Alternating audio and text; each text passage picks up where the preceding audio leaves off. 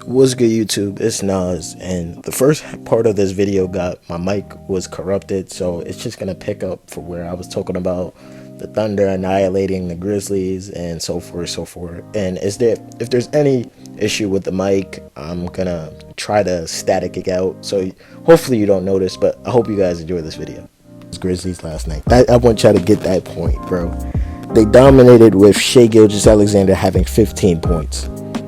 That's unheard of this season. Like, he's averaging like 33, and they managed to win by 50 with him having 15 points. Every starter had above 10 points. That's how good they were. Aaron Wiggins off the bench, he had 21 points. Like, everybody on this Thunder team did their role appropriately, and they did everything they were supposed to do, and that's how they got the win last night. With the Grizzlies, they showed that they might not be ready for this, because they turned the ball over hella times, and you cannot turn the ball over against this Thunder team. You're supposed to know that. That's supposed to be in the game plan.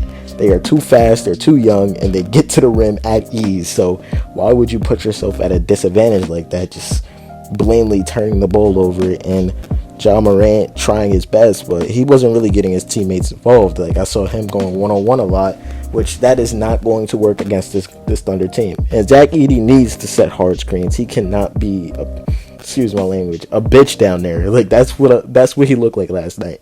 He looked like a bitch. So how do you correct that in game two? Like, I don't see them losing by 50 again, but at the same time, like, I was talking about the Grizzlies might get too upset. Nah, this gonna be a Thunder. Thunder might win in 5. That's how good they looked. Like I told y'all last video, don't overreact to game ones, but this is the only game I feel like I could overreact. Like, God, that domination was crazy, bro. Like, from start to finish, like, that's how bad it was. But the next game, game 2, was the Boston Celtics versus the Orlando Magic, and Orlando really showed me something here. Like, they showed me what they were capable of in the first half. Like, the second half, yes, everything went downhill, but Paolo Banchero showed that he's ready for the moment.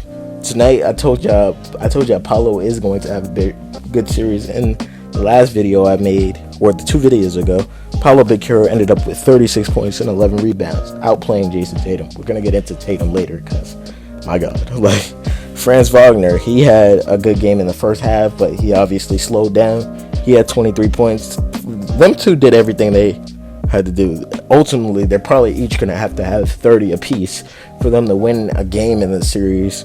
The help is not there. Like, Jonathan Isaac came off the bench, got you 7 points with great defense, but obviously they can't shoot. Like, they can't. Like, the person who had the most threes was Paolo, and that's not going to happen on a night-to-night basis. Me and you both know that if you're watching this video. It's not going to happen night to night. So they don't really stand a chance. Like, that's why I said there might be sweeps. There might be multiple sweeps. Like, I don't know. Like, I don't. But for the Boston Celtics side, it really showed their depth. Like, we all know that the Boston Celtics are basically a modern day super team, if you want to call it. But Peyton Pritchard came off the bench and got you 19. As soon as he got in the game, he was ready to go get a bucket. I talked about Peyton Pritchard's improvement, and he's most likely going to win 6th Man of the Year, and I'm going to make a individual video on Peyton Pritchard this season. But he was great this game one. As soon as he stepped off the bench, 25 minutes, 19 points. That was good. Al Horford, he obviously made his impact. He only had 5 points.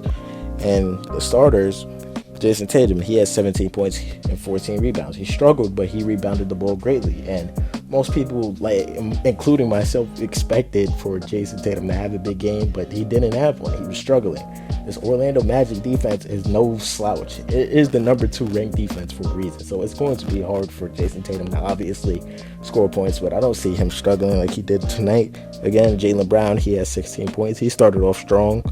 He brought the energy there. Porzingis, he had 5 points. I expected him to have a big game. He didn't. But obviously, the one that stepped up hugely was Derek White. Derek White had 30 points, 10 to 18 from the field, 7 for 12 from three-point line. He made 7 threes. And from start to finish, Derek White was on one. Like, I made a video about Derek White individually, how good or how greatly he's progressed throughout the years. But he's huge in this playoff run. He was huge last year. He's going to be huge again. Like, it's just crazy how much better he got over what a huge jump he made when he got to Boston. Like, that's never gonna shocked me at all.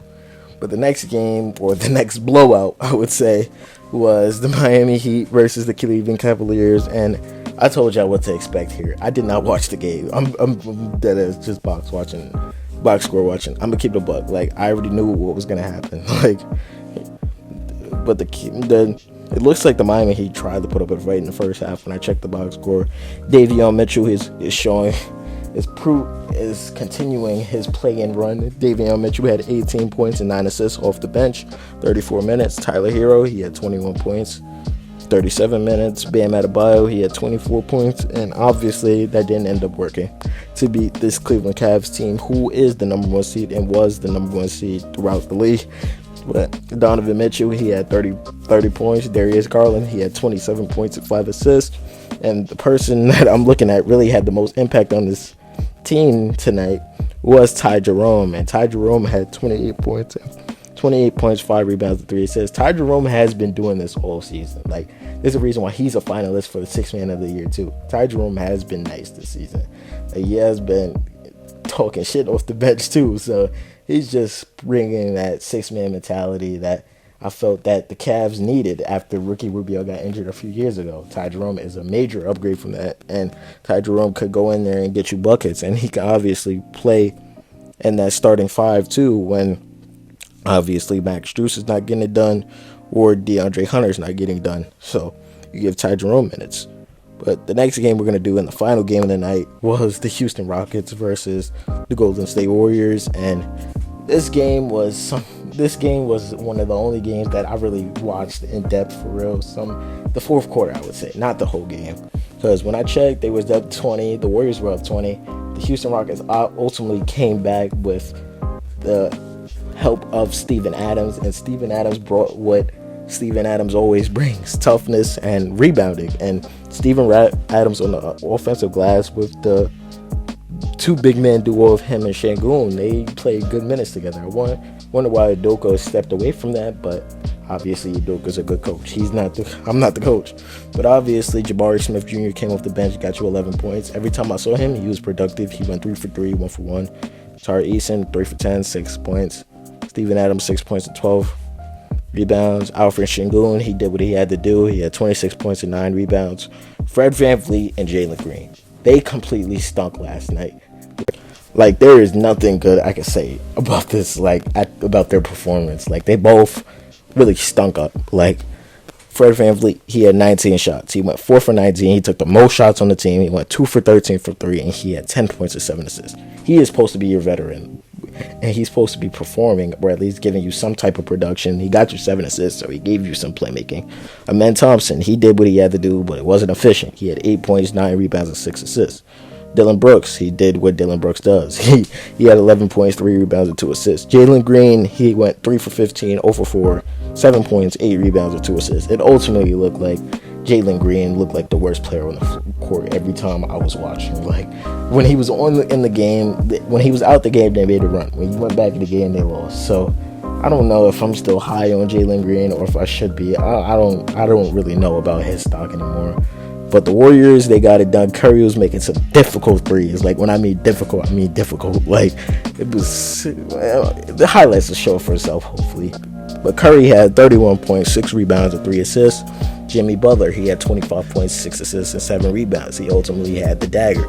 The dynamic duo did what they were supposed to do, and they both took 19 shots. So if this continues, like, they should probably steal game 2. But I think the Rockets are going to come back even better because, Udoka likes to make adjustments, and he's going to notice what's working and what's not. So it should be an interesting series. Like, this is going to be a good series because of the Rockets defense and the Warriors offense and defense. So it's exciting. The Rockets got to figure out how they're going to score the ball, though. That's their only problem. Like, it's them and the Orlando Magic when it comes to offense. It's just they don't have that star, like, to go get you a bucket.